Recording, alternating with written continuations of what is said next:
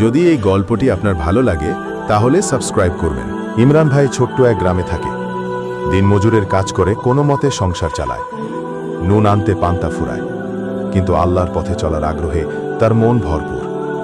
প্রতিদিন কাজ শেষে সে মসজিদে গিয়ে নামাজ পড়ে, কোরআন তেলাওয়াত করে আর গ্রামের মানুষকে ইসলামের দিকে আহ্বান জানায়। মসজিদে মসজিদে ঘুরে তাবলিগ করে, কখনো 3 দিন, কখনো 40 দিন আল্লাহর পথে বের হয়। বছরে একবার যখন বিশ্ব ইজতেমা হয়, তখন তার প্রাণ যেন উড়ে যায়। টঙ্গীর তুরাগ নদীর তীরে লাখো মুসল্লির মধ্যে বসে ইমরান ভাই অনুভব করে, সব জাতি, সব বর্ণের মানুষ একসাথে শুধু আল্লাহর নাম স্মরণ করছে। ইজতেমার বয়ান শুনে তার চোখে পানি চলে আসে। আখেরি মোনাজাতে সে অঝরে কাঁদে, নিজের জন্য, পরিবারের জন্য, পুরো উম্মার জন্য। সেই মুহূর্তে তার মনে সবচেয়ে বড় ইচ্ছা জাগে, একদিন যদি আল্লাহ তাকে মক্কায় নিয়ে যান, বাইতুল্লাহর সামনে দাঁড় করান।